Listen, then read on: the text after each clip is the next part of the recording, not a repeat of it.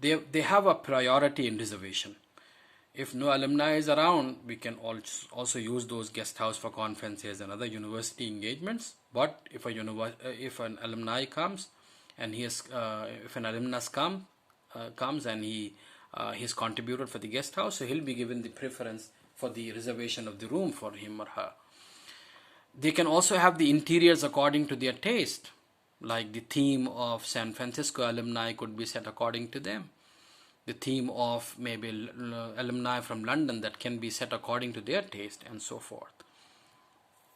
So this is the plan that we have for the Alumni Guest House, which is under consideration. Then Alumni Endowment Fund. In fact, the government of India has come up with a notice that during the visitors conference that was held recently on December 17, 2019, where the Honorable President of India has desired that every centrally funded higher and educational institution should be encouraged to set up alumni endowment fund on the lines of IIT Delhi, because they are the pioneers who have set it up. So we have to give a compliance report back. So every university has to personally monitor the progress of the Alumni Endowment Fund as per the directives of the Government of India and the Ministry of Human Resource Development. Now, what is the endowment? Endowment is a donation of money or property to a non-profit organization which uses the resulting investment income for a specific purpose. So the purpose can be decided by the alumni, or can be left to the university to figure out. Most endowments are designed to keep the principal amount intact while using the investment income for charitable efforts. The endowments tend to be organized as a trust, a private foundation, or a public charity. It depends again on the desire of the contributing alumni. There are certain endowment types. Unrestricted endowments are assets that can be spent, saved, invested, and distributed at the discretion of the institution receiving the gift. So that becomes unrestricted endowment. Term endowments usually stipulate that only after a period of time or a certain event can the principal be expanded. A quasi-endowment is a donation by an individual or institution given with the intent of having that funds serve a specific purpose. The principal is typically retained while the earnings are expended or distributed as per the specifications of the donor alumnus.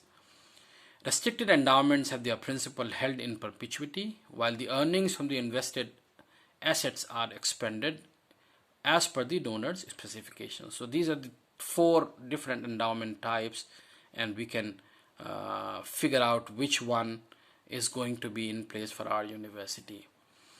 There are some real-world examples of the endowments. According to US News and World Report, the top 5 universities by endowment size at the end of the fiscal year 2017 were Harvard University, huge amount; Yale University, again huge amount, $27 billion; Stanford University, $24 billion; Princeton University, $23 billion; and MIT, mind-boggling, $14 billion.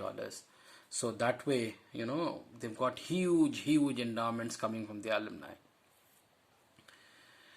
Now, what are the future plans for us? We want to keep a membership fee, which could be some initial amount and the annual contribution from every alumni who wants to continue as a registered member. But we have to figure out what returns are we going to provide to the alumni in lieu of the membership fees that they pay or they continue to pay. We have to have projects, action plans, and progress updation. Every project that happens at the university, there has to be an action plan, particularly where the alumni have contributed. So they should be updated with the progress of the projects that they have funded. The alumni achievements and offers can be flashed in the university newsletter. But again, the question is what to include and what to leave out, because bigger things left out and the smaller things included are going to give us an embarrassing situation. So alumni achievements, they have to be carefully brought out. We want to have a stronger network for our alumni, even though AMU boasts to be one of the largest alumni based university, but still we want to make it stronger even. every place, each place and every place has got the alumni, located all over the world. There has to be an alumni newsletter that should keep coming out on a periodic basis. More endowments are what we are looking from the alumni for us. And there is this distinguished alumni awards that we have to figure out. Again, it has to be a point system on the different contributions of the alumni, and then we have to see what all are the parameters based on which we can figure out the distinguished alumni for a particular year in different fields, maybe from industry, from academics, from social work, and so forth, in different categories. So that is pretty much it. Thank you very much for your attention. If there are any questions, you can email me. I'll be very happy to assist you with the questions to those emails. Thanks once again.